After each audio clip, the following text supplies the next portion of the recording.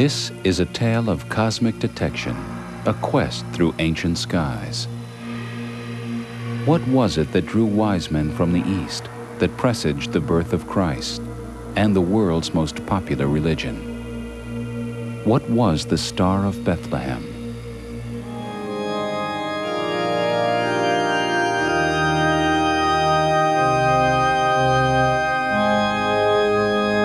The Nativity in medieval stained glass. Mary, the mother of Jesus. The Christ child laid in a manger. And almost lost in this 14th century panel, the enigmatic Star of Bethlehem.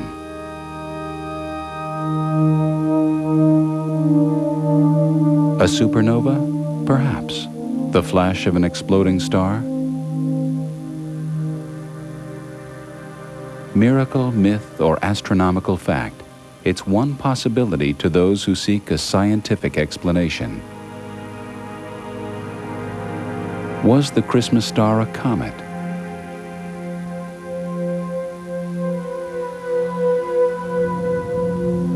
Or a conjunction of two planets? There are myriad possibilities. What the astronomer needs are historical facts. There's so many celestial phenomena during this period, or any period for that matter, that if you give me a date for the birth of Christ, I'll give you a phenomena that'll explain the Star of Bethlehem. 20th century Judea, the Arab town of Bethlehem. If not for the Christian belief that this was the birthplace of Christ, Bethlehem would be unknown, unremarked. To the Western Church, Jesus was born here on December 25th, a birth date fixed centuries later. Eastern Christians have the date as January 6th. Both are probably wrong. For the locals, the date is not paramount. What matters is the powerful draw of the region. To this man, however, the date of Christ's birth is crucial. David Hughes of Sheffield University, England, astronomer, writer, star hunter.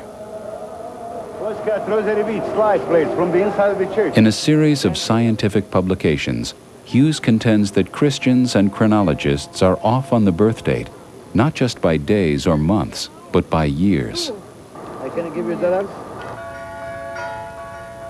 In September 1993, as he entered the Church of the Nativity, Hughes believed that he and his fellow pilgrims were observing the true Christmas season. You see what the Crusaders have done, have put in a wonderful Gothic Give or take a day or two, it was very possibly 1999 years since Christ had been born beneath this sacred pile. So that people could not ride their horses into the basilica. In a crypt-like cavern shaded from the summer sun is thought to be the very spot where Christ was born.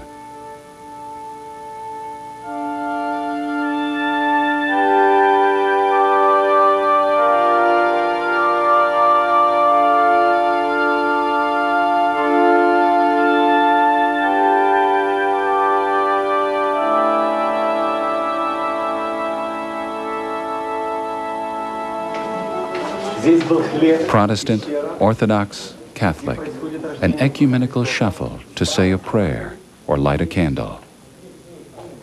Here, it suggested, stood the manger, time only for a glimpse, a kiss. A climax to pilgrimage. There's no proof Christ was born here, but David Hughes is certain that there was a birth nearby, and he'll name a date. In my book, I mentioned that Jesus Christ was born on the 15th of September, 7 BC. Now, I'm not convinced that this is correct, but I am convinced that that was when the Magi thought Jesus Christ was born. They looked at the stars, they looked at the heliacal and the acronical rising, and today, here we are, 2,000 years later, and the Jerusalem Post doesn't mention anything about it.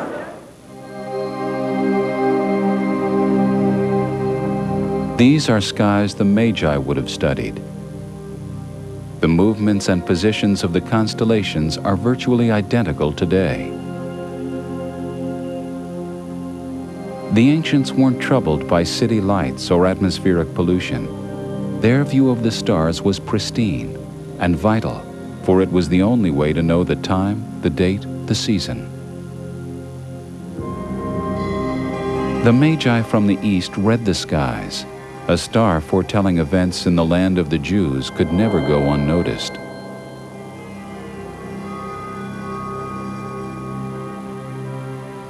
Galilee, to the north of Judea. A diligent young man called Joseph. Joseph was a craftsman, possibly a carpenter or builder. He was betrothed to a young woman called Mary in the town of Nazareth. But Joseph was worried. His intended bride was pregnant, and he wasn't the father. According to the Gospel of St. Matthew,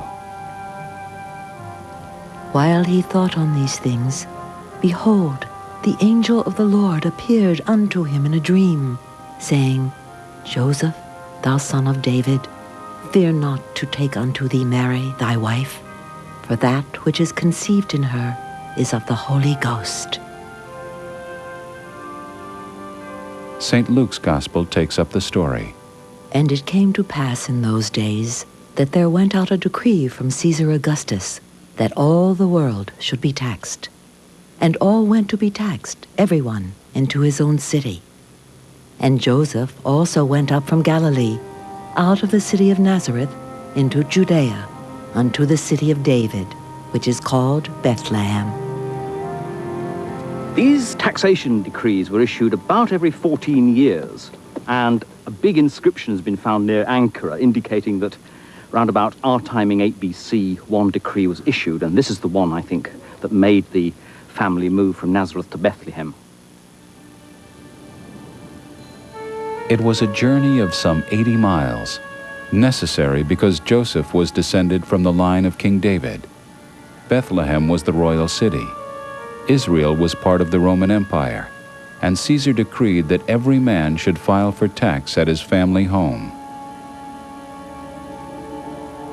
By now, as St. Luke put it, Mary was great with child.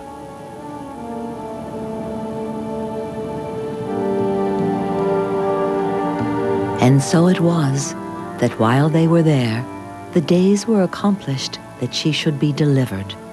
And she brought forth her firstborn son, and wrapped him in swaddling clothes, and laid him in a manger, because there was no room for them in the inn.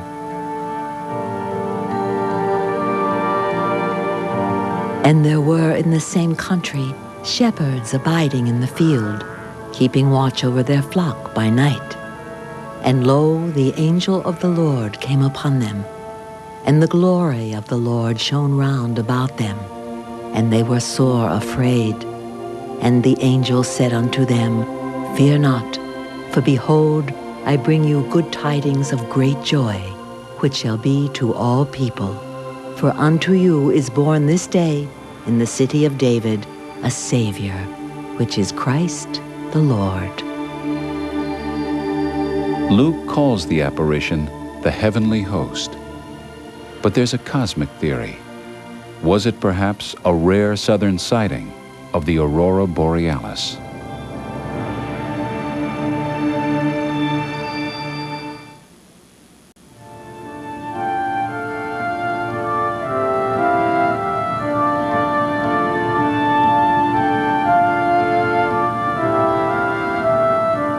This is the traditional picture of the Magi, Balthazar, Melchior, and Gaspar, 3 wise men, possibly kings, journeying from the east. Ahead, a star guiding them to Bethlehem. Often they're depicted paying homage at the Nativity. In fact, they'd have reached Bethlehem several months later. The Magi are thought to be Zoroastrian priests and astrologers and wise men. Over there in Babylon, they would be very high up in the social strata. They would study the stars, they would interpret the positions of the planets against the starry background, and the ruler of Babylon would look to them for advice and also would regard them as good diplomats for his own state. Not kings, but priests of the Persian prophet Zoroaster. Nor were they camel riders. Men of such status would be on horseback. Camels were for baggage. In camp en route for Judea, there could have been up to a dozen magi and as many servants. These were people at ease with the elements. Theirs was a dualistic religion, the spirits of evil and darkness in continual struggle with the forces of creation and light.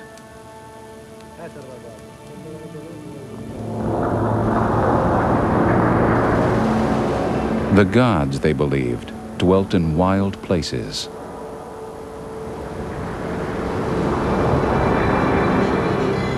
To tempt them closer, the Babylonians built temples like mountaintops. Terraced pyramids, sacred towers called ziggurats. They date from 2,000 years before Christ, not just holy places, but observatories to record and measure the sky. Indeed, the Babylonians dreamt up the zodiac. They gave us modern astrology, how the movement and aspect of heavenly bodies are supposed to influence our lives.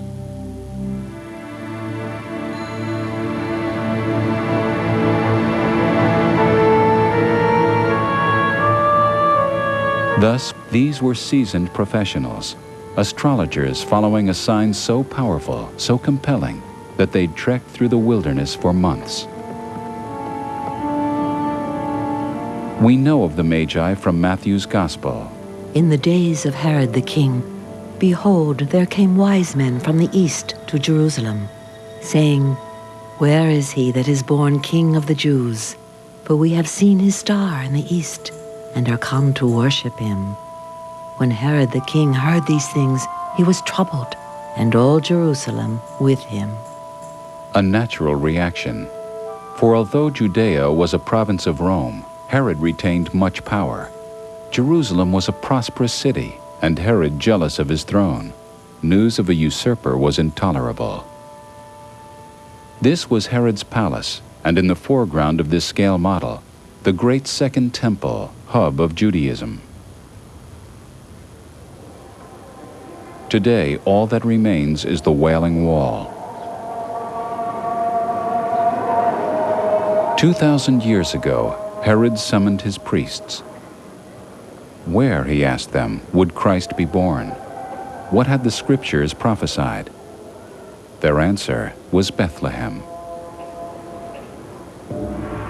From his palace, Herod directed the wise men south. The Magi would have left Jerusalem by the Jaffa Gate. Herod would have told the Magi that Jesus, the new king of the Jews, was supposedly born in Bethlehem. So they would have to leave this gate and then travel 10 kilometers due south. In the evening, according to the legend, and then 2 hours later there they would have been in Bethlehem with Jesus and his parents.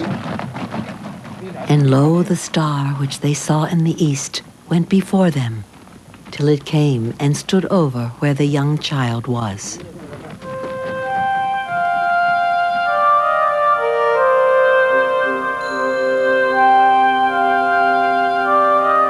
By this time, Jesus would have been at least 3 months old. And when they had opened their treasures, they presented unto him gifts, gold and frankincense and myrrh. For the Holy Family, it must have been a moment of joy. For the Magi, it was an astrological triumph.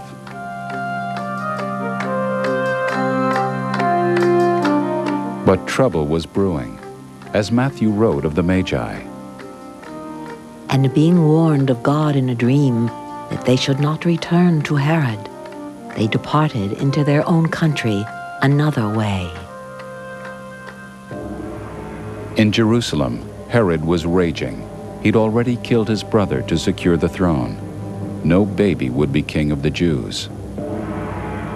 Then Herod, when he saw that he was mocked of the wise men, was exceeding wrath, and sent forth and slew all the children that were in Bethlehem, and in all the coasts thereof, from 2 years old and under. Mary, Joseph, and the infant escaped. According to Matthew, an angel had warned Joseph in a dream that they should flee to Egypt. They were gone 2 years, until Herod died. So now, with the chronology in place, our scientific quest begins. John Mosley of the Griffith Observatory, California. The key to the whole question of the date of the birth of Jesus and the identity of the star that accompanied that birth is the death of Herod. The death of Herod followed an eclipse of the moon, we're told by the historian Josephus, and so we believe that. And astronomers can pinpoint when eclipses occurred very precisely. We have a list, we have a choice. 2 eclipses are very strong candidates. A partial eclipse in 4 BC,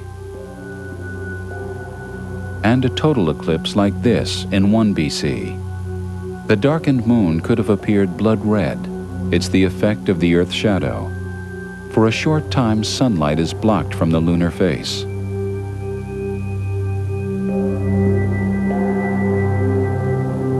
Here then is our time frame of investigation. The death of Herod is reliably recorded as following an eclipse of the moon. There were eclipses in 4 and 1 BC, and with the family 2 years in Egypt, 6 BC is a possible birth date.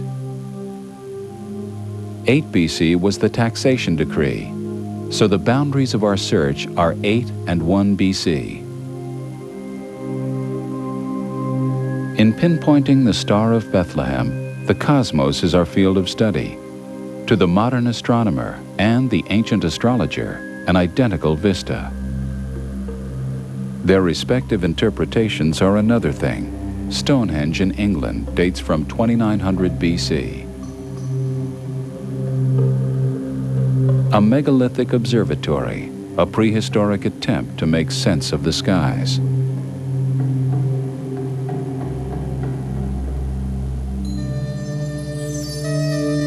The ancient Egyptians understood the movements of the stars, but not the underlying cause. Theirs was pragmatic astrology, a need to know the time, the date, and the rise of the Nile. In Babylonia, precision astrology was developed. The preoccupation was with the sun and the moon, and the paths and conjunctions of the 5 planets then known. Ancient China produced star maps. Here, the Milky Way spans the chart. Our hunt for the Star of Bethlehem relies on these meticulous Chinese records. The Hindu cosmos was naturalistic.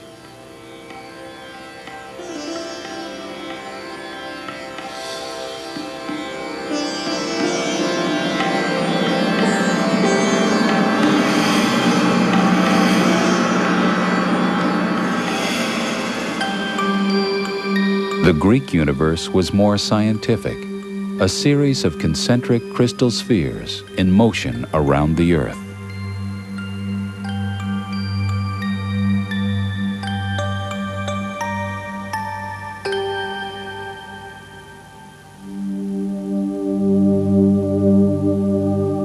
Our modern universe is more exotic than the ancients could have imagined.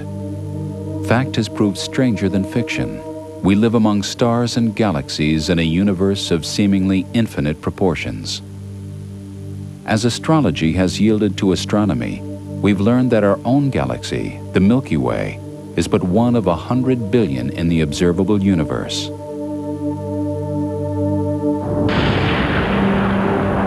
The Big Bang. Scientists theorize that some 15 billion years ago, an explosion from a pinpoint began everything, and continues today, ever expanding. From a primeval cloud of gas and dust formed the galaxies, vast collections of stars.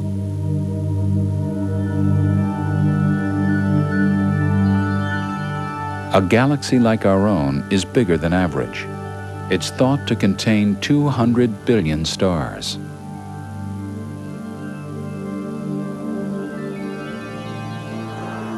Throughout the galaxy, stars are still being born. And here, our own star, the Sun. A nuclear furnace, a colossus where every second millions of tons of hydrogen are turned into helium. And Mother Earth, one of 9 planets that orbit the Sun and comprise the solar system. Somewhere in this beguiling universe is the Star of Bethlehem. Exquisite Chinese drawings of the ancient comets, a keen interest of Don Yeomans at NASA's Jet Propulsion Laboratory in California. The Chinese observers, astrologers mind you, were really quite extraordinary. They would note for any given apparition of a comet or anything new in the sky, the time that it was observed, the color of the comet, the length of its tail, and into what region the comet was moving and how long it was seen. So all of this was done for astrological reasons because this was extremely important. A new sign had appeared in the sky and they had to make note of it in a very detailed and quantitative fashion for the emperor. The Chinese were recording comets over 1,000 years before Christ.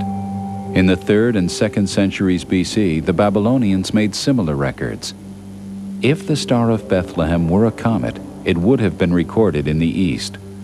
A comet has the brightness, size, and duration to catch a Magi's eye. These things can be as large as 90 degrees on the sky. And you remember that the full moon is about 1/2 degree. So we're talking about a phenomenon that is 180 times the size of the full moon. It's extraordinary. It just stretches out over the entire sky, and it's the most obvious thing up there for several days. Comets come from the Oort cloud, a halo of debris surrounding the solar system. They are not stars, but dirty snowballs, attracted inwards by solar gravity. Comets are relics from the formation of the planets. As a comet nears the Sun, it performs an astonishing metamorphosis, seeming to effervesce.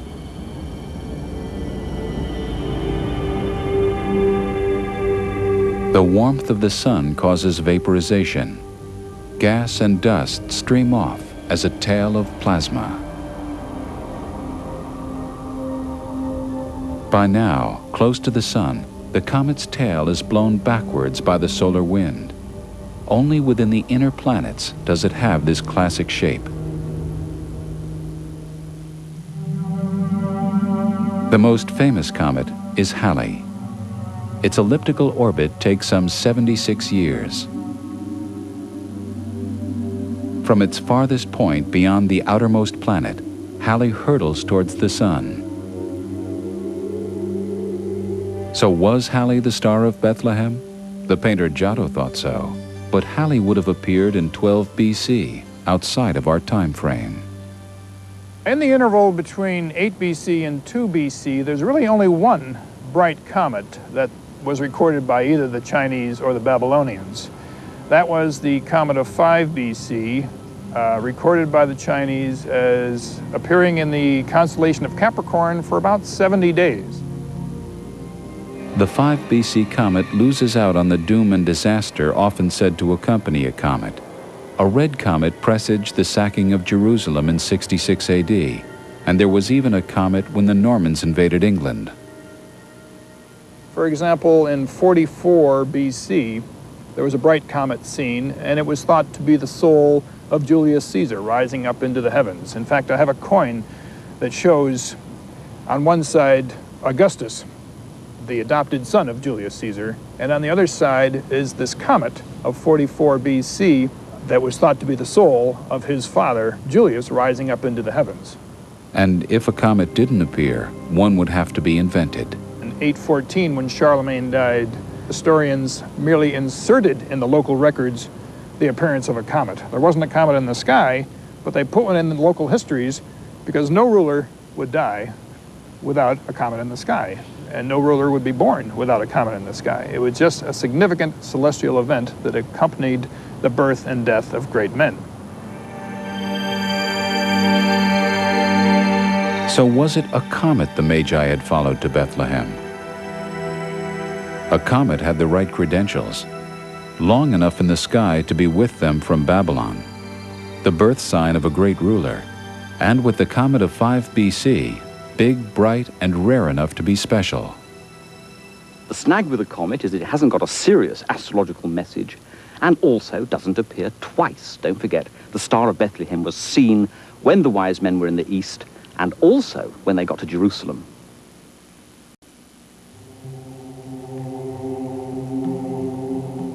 Mecca, holiest city of Islam. It's the time of the Hajj, the great pilgrimage in Ramadan, when millions assemble at this birthplace of Muhammad. At the center, the Kaaba, towards which every Muslim prays. Set in silver at its base is a black stone, revered as a gift to Abraham from the Archangel Gabriel, the sacred stone of Mecca. A more prosaic belief is that the stone is a meteorite, a rock that fell to earth. There was a case of a sacred meteorite in 218 AD. The Emperor Elagabalus entered Rome in triumph with a stone from Syria. It was black and exotic, and he insisted it be worshipped. Supernatural or extraterrestrial, or both, the stone of Mecca remains a mystery. There's been a notion, however, that the Star of Bethlehem fell from space. This is a meteorite, a lump of stone or metal, as small as a fist, as big as a house, a surface darkened from atmospheric friction as it plunged to Earth. In the night sky, a meteorite would be a fireball, a shooting star. Earth is regularly showered with dust shed from comets, tiny particles that vaporize high overhead.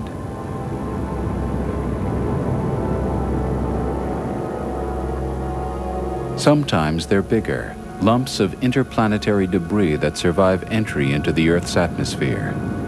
These are meteorites. An amateur videographer caught a glimpse of this one in the sky over Pittsburgh in 1992.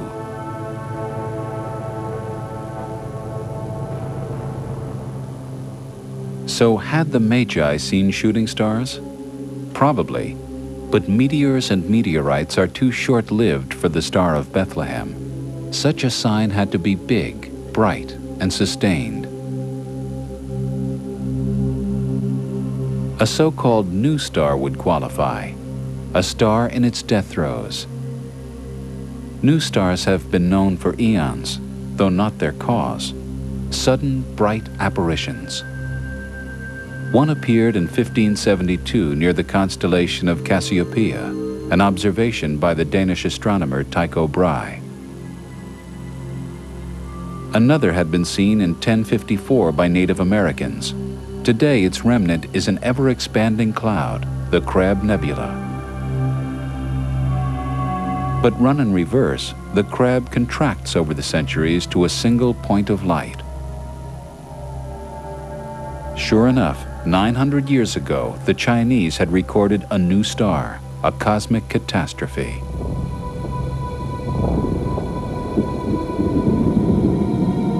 This new star was really an old star out of fuel, a stellar giant that exploded as a supernova. All that was left was a tiny neutron star, spinning like a lighthouse beam.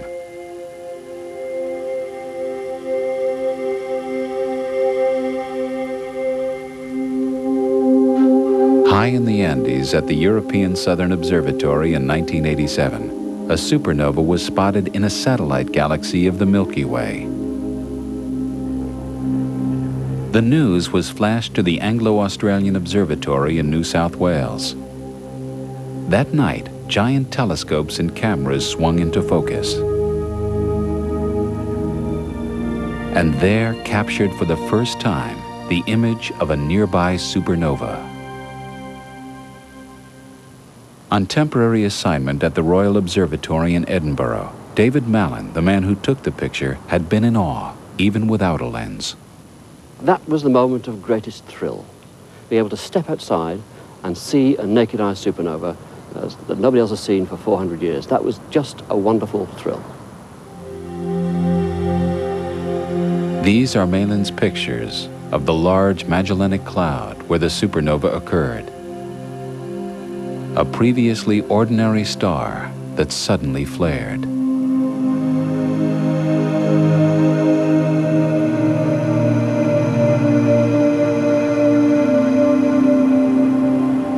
The best photograph looked like a brilliant yellow-orange star surrounded by lots and lots of other stars, and with a cross through the middle, an almost religious symbol in a sense. But of course this cross is due to structures within the telescope. It has no relation to reality. On the cosmic timescale, it's like a flashbulb going off inside this rather distant galaxy. And what we see are beautiful concentric rings, slowly expanding with time. And these rings are rippling through space, illuminating the material between the stars, giving us a three-dimensional picture. This is a unique opportunity to derive the three-dimensional structure of what's out there.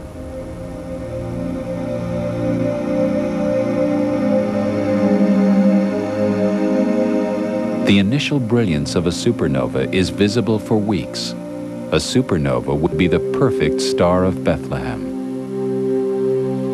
The remnants of supernovae persist as nebulae for hundreds of years. Astronomers can wind back the clock to pinpoint an explosion. This one, for instance, dates from 1572, but sadly for the theory, nothing goes back to the period of Christ's birth. A less spectacular stellar explosion does fit the time frame. The ancient Chinese recorded them as guest stars. We know them as novae. Next to the star Altair, a nova was recorded in 5 BC.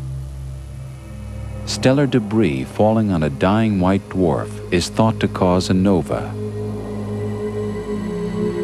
A hot white star with a case of cosmic indigestion. A nova is clearly visible to the naked eye, so did a nova point to Bethlehem? The wise men, being astrologers, would see the nova, would wonder at it, would admire it, but it wouldn't say to them, this is a star associated with the new king of the Jews. It would give them no message to make this long journey from Babylon to Jerusalem.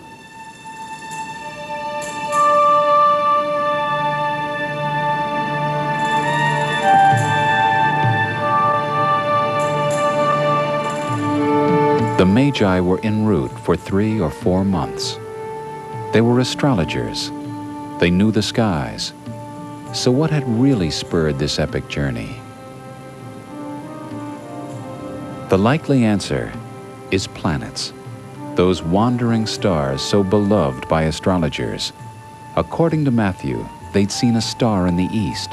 Whether from the east or against an eastern sky isn't clear. So perhaps the star was Venus, the brightest planet. Depending on the season, Venus appears both in the east and the west. You get the emotional feeling sometimes that it could be the planet Venus, but of course Venus is associated with the goddess of love, which is inappropriate.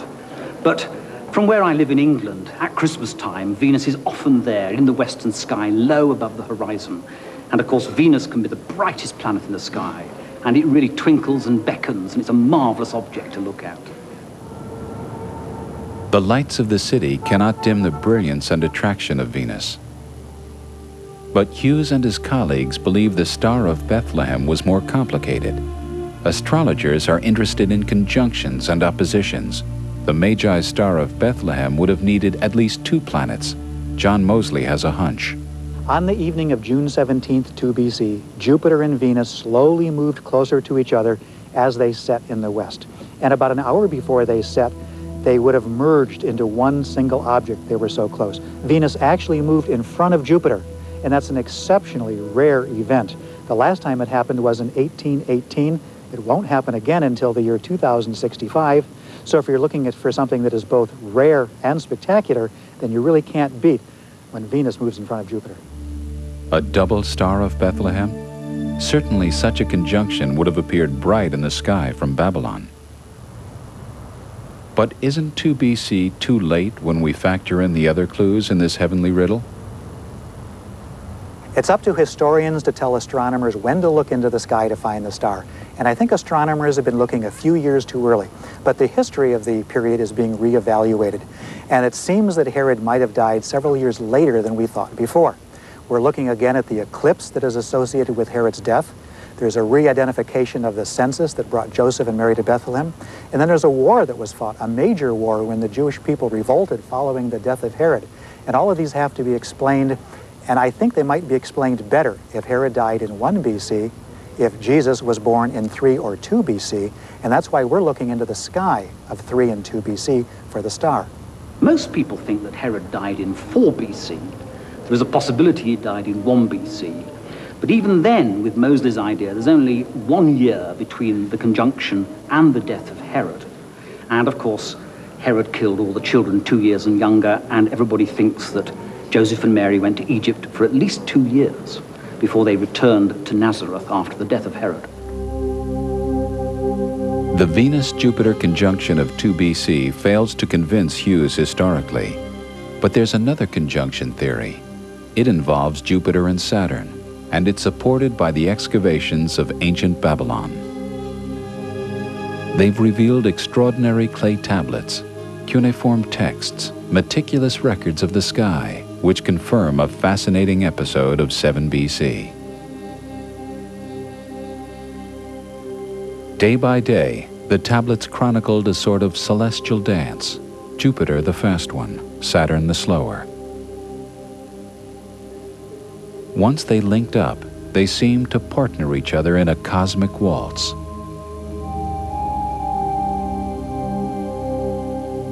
It lasted several months. Jupiter is the white planet at the top. Saturn is yellow. 3 times between May and September in 7 BC, they almost merged. To all intents and purposes, a triple conjunction. To the Magi, the rarest of planetary phenomena.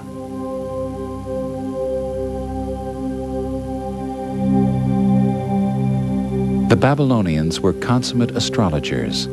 They believed that the sun's path through the stars, the zodiac, directly affected earthly events.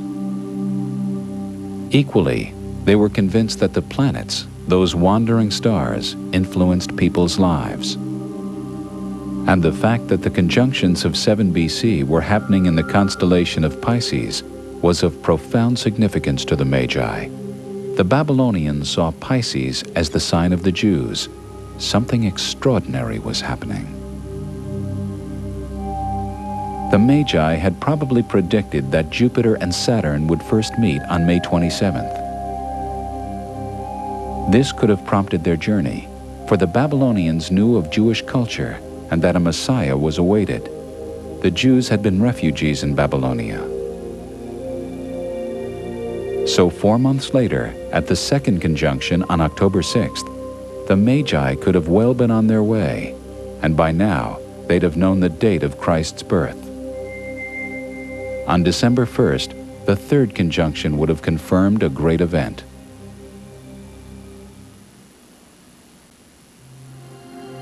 The Magi may have traveled from the city of Ur, where a crumbling ziggurat still stands. To avoid the desert, they'd have skirted north, and by Damascus, the Magi would have witnessed a heart-stopping spectacle, and a chronicle rising. At the instant the sun set in the west, Jupiter and Saturn rose in the east, a rare astrological moment, the sign of a birth. It was September 15th. Hurrying to Jerusalem, the Magi would have gone to King Herod. As good diplomats, it was the correct approach. When the Magi came to Herod, Herod was very interested in when they thought this new king of the Jews had been born. It was quite clear that Herod was worried. He was not a very pleasant man at all. And the last thing he wanted was his kingdom to be usurped by a new king of the Jews that he didn't know about. So he asked the Magi, when was this new king born? And of course we can read into this the implication that he wanted to go and kill this new king if he could find him.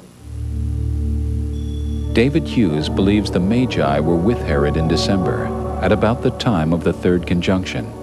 The Magi could clearly see that Saturn and Jupiter were together. So why had Herod and his court failed to spot such an obvious sign? The Jewish religion at that time, and today also, doesn't really have any astrology in it. In fact, they're told not to be astrologers. Astrology has nothing at all to do with Judaism. And so Herod wouldn't have been interested. The star, of course, was the planet Jupiter, and it was coming into conjunction with the planet Saturn, two normal planets which are there in the sky, easily seen for at least 9 months every year. And I think Herod would have known the stars about as well as any normal prime minister today would have known the stars, so not very well at all. As we know, Herod's priests advised that the birth would be in Bethlehem. The Magi headed south, paid homage, and then left rapidly for home. So what had the Magi really seen? If we leave our blue planet Earth and look back from beyond the sun, we see Saturn, Jupiter, Earth, and the Sun in line. These are their orbits as we wind back the planets to early in 7 BC.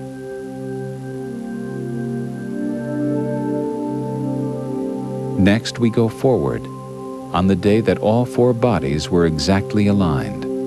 There, September 15th, 7 BC.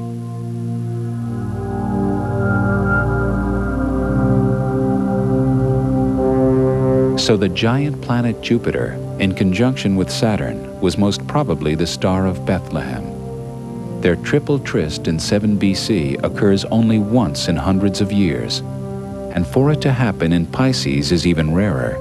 As a triple conjunction, Saturn meets Jupiter in the sign of the Jews just once in 800 years.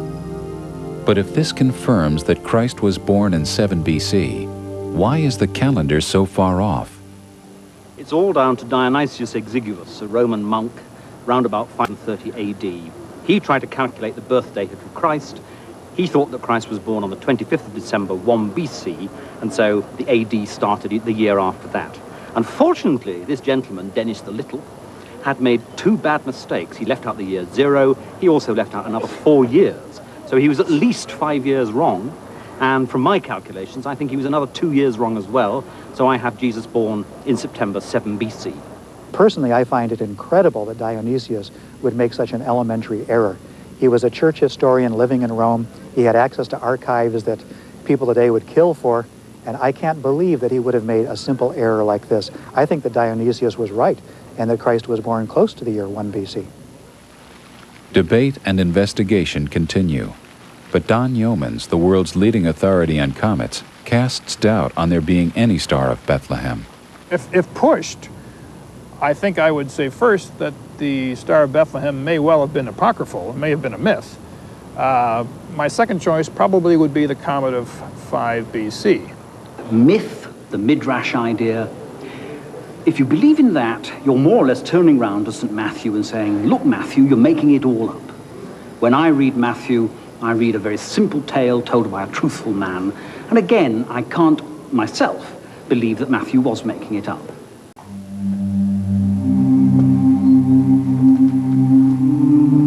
Miracle, myth, or scientific fact?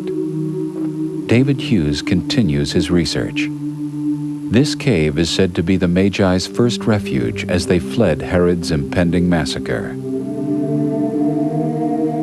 Hughes concedes there's no proof, but where this monastery stands today could well have been on the Magi's route home. And the astronomical explanation for the Star of Bethlehem? Hughes finds no conflict with personal religious conviction. My Christian belief is more associated with the ministry, the death, the resurrection of Jesus, and less with his birth. The birth is not important. The important thing is that the man did come. It's not too important to worry about where and when and the exact details of the birth. But the fact that he died for our sins and is our Savior, this to me is the important thing in Christianity.